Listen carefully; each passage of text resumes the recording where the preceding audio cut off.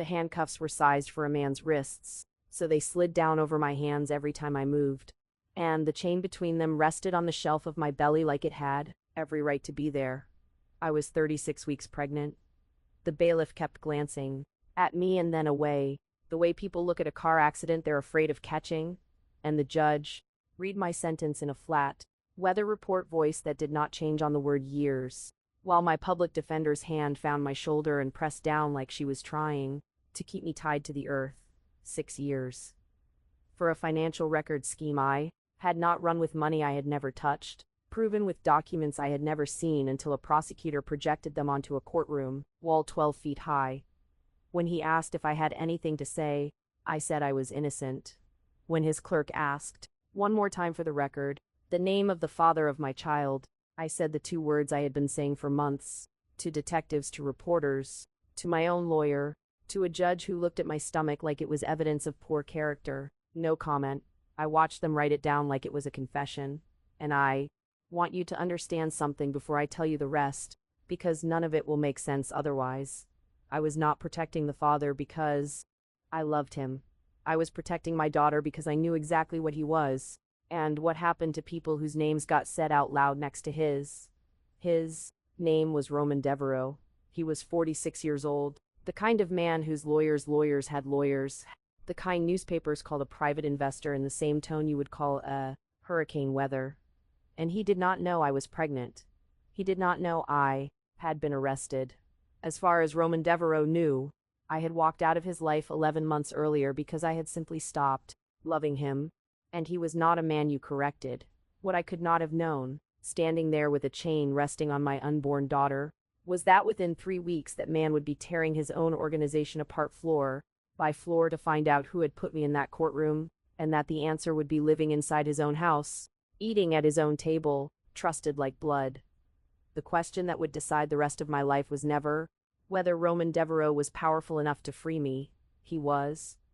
That was never in doubt. The question was whether a man who had spent his whole life controlling everything he loved could learn to stand beside me without taking over, and whether I would be brave enough to make him prove it. It took a prison sentence, a stolen file, and 1 long winter to find out. To make sense of any of it, you have to go back 11 months, to the night I left him, carrying a secret I didn't even know I was carrying yet. People always assume a woman leaves a man like Roman because she is afraid of him. I was never afraid Roman would hurt me. I was afraid of something quieter and, in its way, worse. I was afraid of how easy he made it to disappear. I met him because I was a records clerk at the county office that handled his company's filings. He came in one October afternoon to sign in person what 100 other men would have sent an assistant to sign, and he asked me about a 40-year-old deed restriction I happened to know the answer to because I read the footnotes. He came back the next week with another question he did not need answered. I knew that. He knew I knew. That was the whole courtship at first. The 2 of us pretending his multi-billion-dollar holding company required weekly consultations with a clerk who made $19 an hour. And here is the thing nobody believes when I tell it. He was gentle.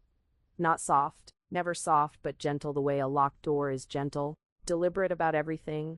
Careful with me like someone who had broken things before and decided never to break this. We kept it quiet for almost a year.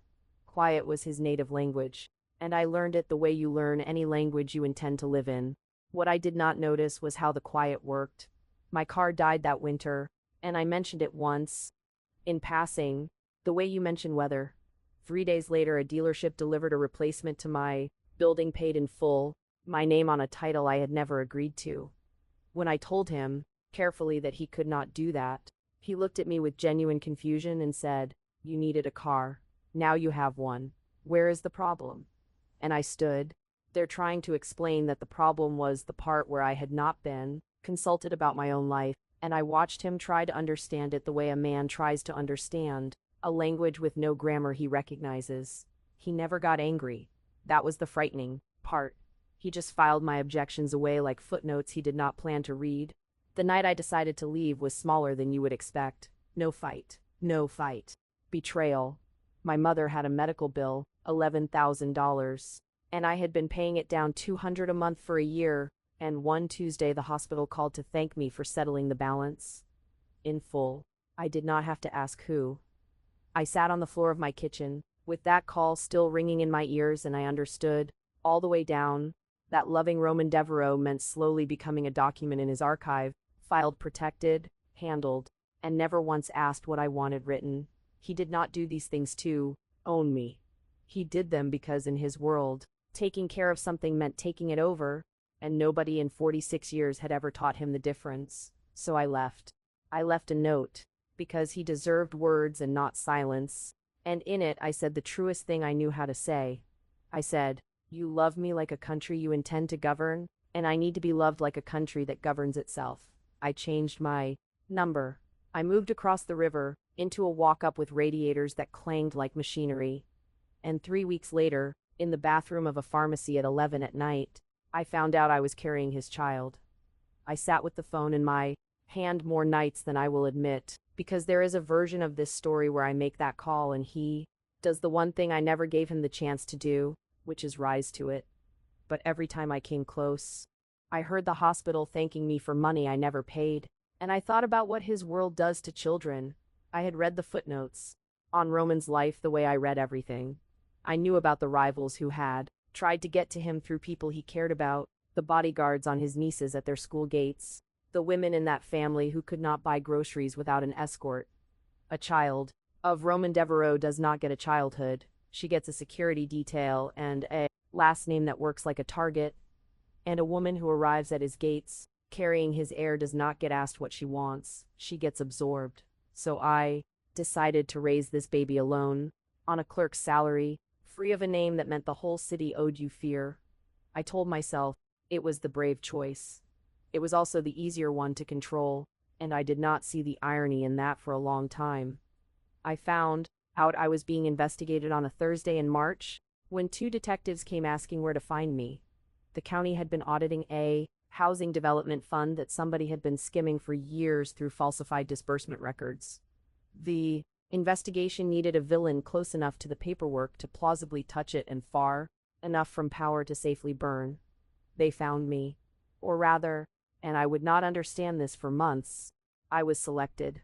My name was on file access logs I had never accessed, my initials on routing approvals I had never signed. There was even an account opened, with my identification holding $90,000 I had never seen. My lawyer, a tired, decent woman named Dana, sat across from me and said, "Whoever did this knew the filing system better than the auditors did. Juries don't convict systems, Sienna. They convict people. They offered 4 years if you plead." I was 5 months pregnant. I said no. She looked at me a long moment and said, "Then I need everything. Every name, every connection. The father's name matters. If he's got money or enemies, a jury reads that. So, who is he?" And I did the arithmetic I had done every night for 5 months, where saying his name put my daughter's life inside a blast radius I had watched for years, and I said, "No comment." She closed her folder slowly. "That's your right," she said. "It's also the most expensive 2 words in the English language." The trial lasted 11 days. I was 7 months along, then 8, my ankles swollen over the only shoes that still fit, listening every day to a prosecutor build a person out of paper and call her me. The documents were good. That is what kept me up at night in my cell. Not sloppy forgeries, not movie props. The dates aligned with my work schedule. The access logs matched my employee badge. Whoever built that case knew not just the record system but me, my hours, my habits, my meticulous reputation, and they used my reliability as the frame, because who better to hide a theft than the clerk everyone trusted to keep the books clean? My one witness was Miriam Cole, my former supervisor, 57, 29 years in records, a woman who trusted process the way other people trust God. She testified that I was the most careful clerk she had ever trained. The prosecutor asked her if careful people ever steal, and she said, "Not the way this looks. Careful people steal carefully. This is sloppy." It was the best moment we had. It did not matter. The jury was out for 9 hours, and afterward in the holding cell, Miriam came to see me, her hand flat against the glass, and said the thing I carried into prison like contraband. She said, I pulled the intake logs for the archive room the week before they charged you. There was a ledger. Sienna, the original disbursement ledger. It went out on a courtesy transfer and it never came back, and nobody but me seems to remember it ever existed. She lowered her voice. I keep a backup of everything. Old habit. Paper, in a storage unit my sister pays for. I pressed my hand against the glass, over hers. Don't you dare touch anything, I said. They'll be watching you now. She looked at me with the particular dignity of a woman underestimated since 1985 and said, let them watch. Watching is free. Then the guard said time, and I rode to a facility 2 hours upstate, 8 months pregnant, counting my daughter's kicks like rosary beads, because as long as she was moving, we were both still here. Prison, when you are 8 months pregnant, is not the movies. It is fluorescent lights that never fully turn off, a thin mattress, a roommate named Rosalind who cried the first night because she had a girl my age, and a nurse who called me honey and was, I am not ashamed to say, the kindest person in my life that year. The other women were kinder than the world outside had been. They had all known of me before, some woman who took the fall for a man or a company, and they treated my belly like a candle everyone was sheltering from the wind. I worked in the prison library reshelving worn paperbacks, and I wrote letters. To Miriam, carefully about nothing. To Dana, about the appeal. And every night I wrote a letter I did not send, to a man whose name I would not say. Documentation is my love language. It is also, it turns out, my weapon. What I knew, what I lay awake at night turning over, was a small thing. A stupid, small, clerical thing that itched at the back of my mind every time I replayed the trial. The disbursement records were cross-referenced by transaction number, the county's 14-digit format, and number 1 appeared twice. Once in the evidence against me, and once in a batch I remembered processing a year earlier, a routine subcontractor payment I had flagged and resolved myself, because that is what I did. Duplicate transaction numbers do not happen. The system cannot generate them. A human can only type them. And a human reusing a real number from a year-old batch to pad out a forged ledger is a human who got lazy on exactly one page of thousands. I did not yet know whose number it was. I only knew that somewhere in 10,000 pages of fake records, the person who destroyed my life had left a fingerprint. I wrote it on the back of a commissary receipt in pencil, folded it into the spine of a paperback, and waited for the day somebody on the outside asked the right question. The day, Roman found out, I was mopping the library floor. I learned the shape of it later from Dana, and it matters that you understand he did not come for me out of guilt. He did not even come out of love. Not at first. He came out of paperwork, the most fitting possible beginning for the two of us. It started with his lawyers. Roman's organization had run a routine compliance review after one of their investment partners got subpoenaed in an unrelated matter. Standard practice, Dana said, when your world touches that much money, you always know what the government knows. And in the discovery documents from that subpoena, buried in a list of associated entities, was the Housing Development Fund. Roman had money in it. Clean money, one investor among dozens, his name nowhere near the fraud. But his chief counsel, a careful man named Okafor, pulled the public record of the whole case, and the trial transcripts of the clerk convicted of skimming the fund. And he walked into Roman's office on a gray Tuesday morning and laid 2 pieces of paper on the desk. One was a court document identifying me, Sienna Marlowe convicted, 6 years.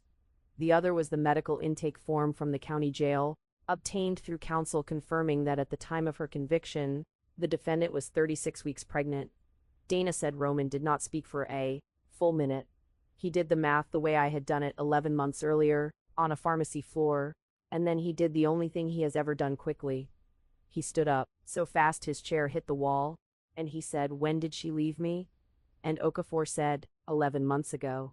And Roman Devereaux, who had survived 4 attempts on his life without ever raising his voice, sat back down and covered his face with his hands, because the math was a closed circle and there was only one thing inside it. His child was being born in a prison. The woman he had spent 11 months telling himself had stopped loving him had been arrested, tried and convicted, alone carrying his daughter, and she had stood in front of a judge and said no comment rather than speak his name. The first thing he felt was disbelief. The second was a rage, so large it frightened men who did not frighten easily. But the third thing, the thing that arrived in the night and would not leave, was fear. Roman knew what happened to the people he loved, and he understood, with a clarity that sat him straight up in bed at 3 a.m, that she had not hidden his daughter out of cruelty. She had hidden her from everything he was. That was the wound. Not the secret. The reason for it. The first thing Roman did was not what you are imagining. No cars. No men, no doors coming off hinges. His first instinct was exactly that, and it took Okafor saying every finger you snap in her direction is a finger. The prosecution points at her appeal to stop him.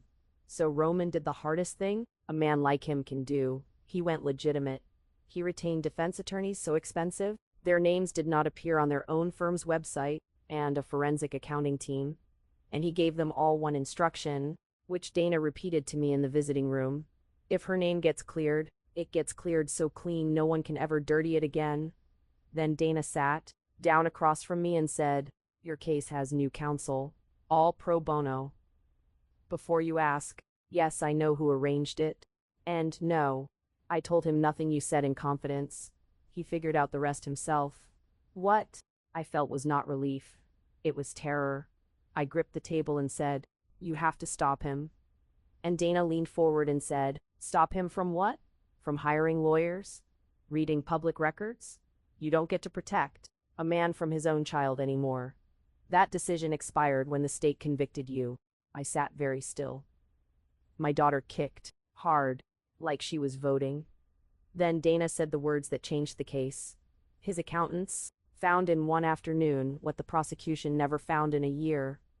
The evidence files against you don't match the county's original archive. The numbers are right. The paper is wrong. Somebody rebuilt your ledger page by page. Now tell me, because he won't ask and I need you to hear it from somebody, why wouldn't you tell him about the baby? And there, in a visiting room that smelled like bleach, I finally said it out loud. Because everyone he loves ends up either behind walls or in the ground, I said. And I couldn't decide which one I was more afraid of for her. Dana wrote nothing down. She just nodded and said, "Then get ready, because he's not going to stop. The only question is whether we teach him to aim it." In my 9th month, they moved me to a medical wing, and that is where I was when my water broke at 4 a.m. I will not pretend it was beautiful. It was fluorescent and clinical. A corrections officer posted outside the door, and I was more frightened than I have ever been. But the nurse, the kind one, held my hand through all of it, and at 11:27 my daughter arrived screaming like she had objections, and she was perfect. And for 6 hours nobody could tell me a single thing I cared about except the weight of her on my chest. They let me keep her 2 days. Then, my mother's cousin Ada, a retired school teacher with no record and a spare room, took custody while the appeal ran. I named her Wren, chosen months earlier because wrens are small and brown and nobody looks twice at them, and they survive winters that kill prettier birds. Roman sent nothing. No flowers, no gifts, no parade of lawyers. He asked every day, Dana said, but he would not come, would not write, would not send one thing until I asked him to, because he was for the first time in his life trying to learn a language with no grammar he recognized. She also told me he wept when he got the birth notice. I did not know what to do with that, so I did what I always do. I went back to work. From my bunk, with a prison-issue pencil, I rebuilt the case against me from memory. And that is when the small thing in the spine of a paperback stopped being small. I gave Dana the commissary receipt with the duplicated transaction number on it, and I said, "Find out where this number came from. Not the fake one in my evidence file, the real one, from a year before they ever accused me. Somebody typed that number twice, and the second time they typed it, they were building my prison cell. While I was doing that, Roman was auditing his own house. The forensic team traced the rebuilt ledger through a document processing firm, through 2 shells and a subcontractor, to a holding company, and the holding company belonged to Victor Hale. I knew the name. Everyone in Roman's orbit did. Victor, 50, silver-haired, soft-voiced, ran the clean side of Roman's empire. He had been with Roman 15 years, had stood at the christenings of Roman's nephews, and for 6 years he had been skimming every fund he touched, including Roman's own investment, And when the auditors got close, he had not run. He had built a scapegoat, a meticulous, friendless, pregnant clerk whose reliability made the frame airtight. He chose me the way you choose, a plot of land. Quietly, in advance with paperwork. Roman did not confront him, a discipline I mistook at the time for coldness. 15 years of loyalty, and Roman sat across a desk from Victor that same week, calm as standing water, and asked whether Victor's firm had ever handled records for the county housing fund. Victor smiled his soft smile and said, "We process 10 million pages a year, Roman. If your little clerk friend is looking for someone to blame, tell her to blame her own bad luck." He knew about me, and he said it anyway, because men like Victor believe polish is armor, and he had forgotten armor can be peeled. What he did not know was that Roman had already opened a second, silent investigation not into the fraud, but into everyone around him. The frame had required access to Roman's investments, his inner circle's knowledge of where the money sat. Someone close had helped Victor, and Roman, who had always assumed betrayal before asking for explanations, turned that dark gift on his own house, and for once, suspicion was exactly the right tool. It nearly broke him anyway, not the fraud. The family. His sister Elena found out about me from the society pages, because even a discreet legal firestorm leaves smoke, and she arrived at his office in a fury. 53, keeper of the family name since before Roman could shave, Elena had opinions about the clerk who disappeared a year ago and reappeared wearing handcuffs and carrying a Devereaux. "She has played you like an instrument," Elena told him.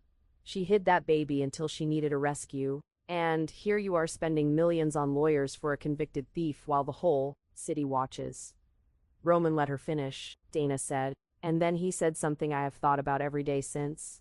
"I spent 11 months assuming she betrayed me. It never occurred to me to ask why she left. I am done building stories about people I love out of the worst available evidence. That is how this family loses everything worth keeping." She did not speak to him for a month, and here is what I did not expect to feel. I understood her. From where Elena stood, I was exactly what I looked like, a nobody with a baby and a fortune in legal fees. She was wrong about me, but not wrong that men like her brother get played. Whether some part of Roman heard she is using you and felt it land on an 11-month-old bruise, he never showed. What he did instead was harder. He asked everyone for evidence. "Nobody in this family gets believed for free anymore," he told her. "Not her. Not you. Bring me proof or bring me nothing." He did not know the proof was already moving toward him from two directions at once, carried by two women he had never properly met. The first direction was Miriam, who went home from that prison visit and did exactly what I told her not to do. She drove to her sister's storage unit and found the one backup that mattered, a paper printout of the original disbursement ledger, the one that went out on a courtesy transfer the week before I was charged, and never came back. She had the before. The prosecution had the after. Page by page, the two told different stories about the same fund. She did not send it to Roman. Miriam trusted Roman Devereaux exactly as far as she could audit him, which is to say not at all. She sent it to Dana, registered mail with a cover letter that said only, "I keep copies. It's a sickness. Use it well." The second direction was me and my 50-cent error. Dana's investigators ran the duplicated transaction number and found what I could not have known from my bunk. That subcontractor was one of Victor's shells, and the payment had been part of his skim long before anyone needed a scapegoat. When his people built my fake ledger, they reached into their own real books for texture and pasted a genuine transaction number out of their own dirty money into the evidence against me. Laziness. Vanity. The same, sin twice, on one page out of thousands. Miriam's paper proved the ledger was rebuilt. My number proved who rebuilt it, and the two threads met on Dana's desk like the ends of a hangman's knot. Roman asked to see me. One visit. He asked through Dana, in writing, with room for me to say no. I said yes. I want to tell you, I was calm. I sat in the visiting room in a state-issued uniform, and when he came through the door I did not recognize him for half a second, and not because he had changed. Because I had forgotten the stillness of him. The way he looked at me like I was the only text in the building worth reading, footnotes and all. He stood on the other side of the table and did not sit until I did. And the first thing he said was not about the case, or even our daughter. "I read your note," he said. "Every week for 11 months. You wrote that I loved you like a country I intended to govern." His voice was steady. His eyes were not. "I understand it now. The first thing I wanted to do when I found out where you were was buy the prison. The first thing. It took 3 men an hour to talk me out of it. And I stood there thinking, she knew. She knew this about me before I did." I said nothing. There is a kind of silence you hold when a man is digging his way toward something. True. And I had gotten good at silence. Then he told me why he had come. Not to ask for me. To ask for permission.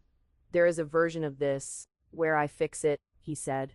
"It's fast, and it's ugly, and it works.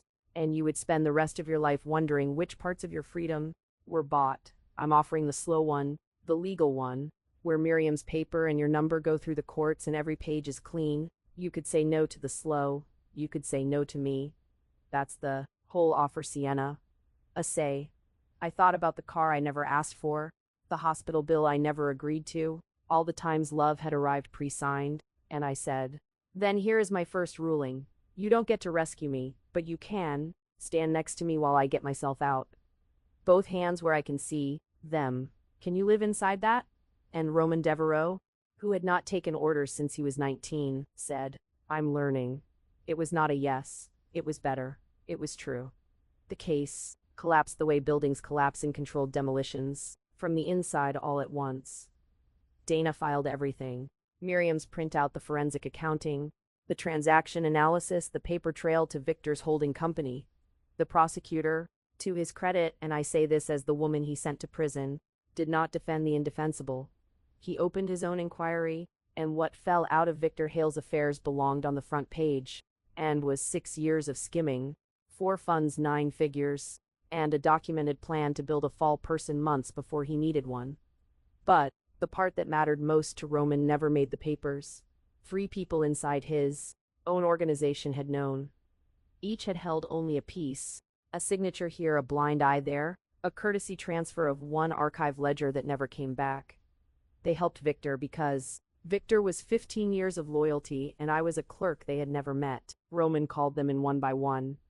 He did not shout. He was quieter than any of them had ever heard him, and that was worse.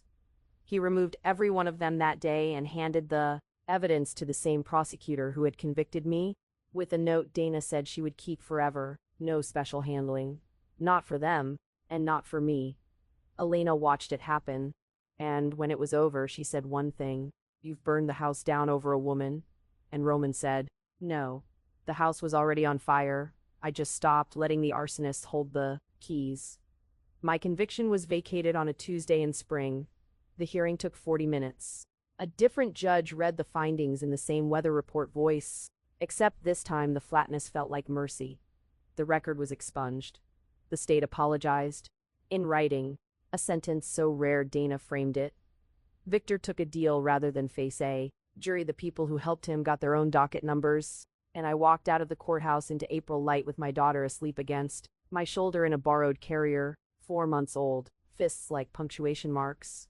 There were cameras. What I had not been warned about was that Roman was not there. No cars, no men. He had spent 4 months and a fortune clearing my name, and on the day it cleared he stayed away, because the one instruction I had given him was that the day I walked free would belong to me and Ren and no one else. He gave me the day. If you have been listening, you know what it cost him. That is the point. Then he asked, in writing again, with room for no, whether he could come to Ada's little house on Saturday and meet his daughter, and whether afterward I would walk with him to the end of the street and back and tell him what the rules were. I want to tell you I made him wait for my answer. I did not. Some kinds of dignity are just fear, in better clothes, and I had promised myself, in a bunk-up state, that I was done confusing the two. He arrived at Ada's house on foot, alone. He stood in her front room, and Ada, who had faced down 30 years of 8th graders and feared nothing in creation, looked him up and down and said, "You can hold her after I see you wash your hands, and you will support her head." He washed his hands at Ada's kitchen sink. He held his daughter like she was made of lit fuses. She grabbed his finger with her whole fist, and I watched a man who commanded rooms full of dangerous people go completely still in front of a 4-month-old. That was the moment I forgave him. Not for everything. For the first thing, the oldest thing, the thing underneath. He had never once asked me to make it easier for him. Not the trial, not the wait, not the rules. He just learned them. We walked to the end of the street and back. He told me Elena wanted to meet me properly, and that I could say no, and that she knew it. He told me he had endowed a fund for the other women, the ones with no Miriam and no number hidden in a paperback, because you told me once that documentation is how you love people. I am learning the dialect. And at the end of the street, he said the thing I had been waiting 11 months to hear without knowing I was waiting. I am not going to ask you to come back. I am going to ask if I can stay close enough to earn it, on whatever schedule you set, for as long as it takes, and if the answer is ever no, I will grieve you properly, and I will not make it your problem. I looked at him a long time, and I said, the schedule is mine to set. Decisions about Ren are ours together, with me holding a veto, forever. And if you ever sign anything on my behalf again, even a birthday card, we are done. He said, noted, and then, because he is who he is, may I have that in writing? And I laughed, my first real laugh in longer than I could remember, and he smiled, the full one, the one he rationed like it cost him something, and I decided it was a price I was willing to let him pay. Elena came 3 weeks later with a christening shawl, 90 years in the family, and an apology that clearly cost her more. I judged you by the worst available evidence, she said. I am told I should want to stop doing that. It was not warm. It was honest, and honest was rarer. We will never be friends. We are something better. 2 women who stopped lying to each other.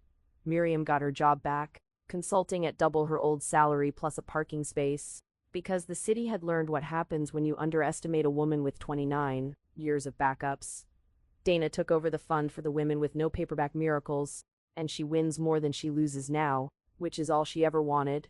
It has been 2 years. I am not going to tell you we married, because we have not yet, and when we do it will be paperwork I proposed and he countersigned nothing I did not draft.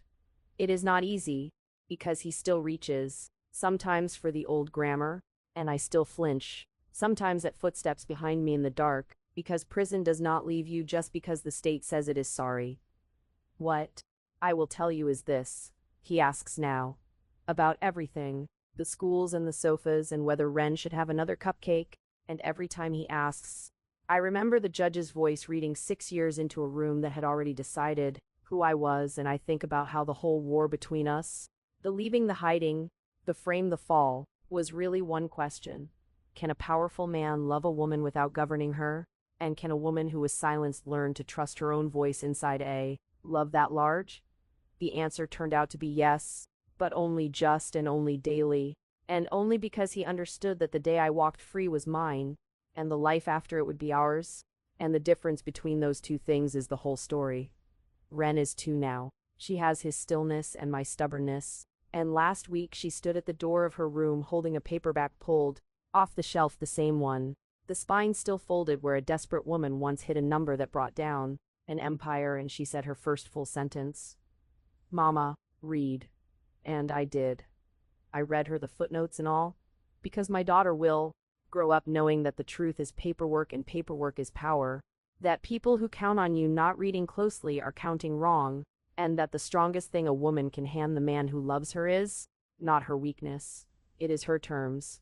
I was sent to prison while pregnant, and I never expected the man I left to come after the truth instead of after me. He chased it all the way to my door. And then, and this is the part I never expected most of all, he stopped at the threshold and knocked and waited for me to say come in.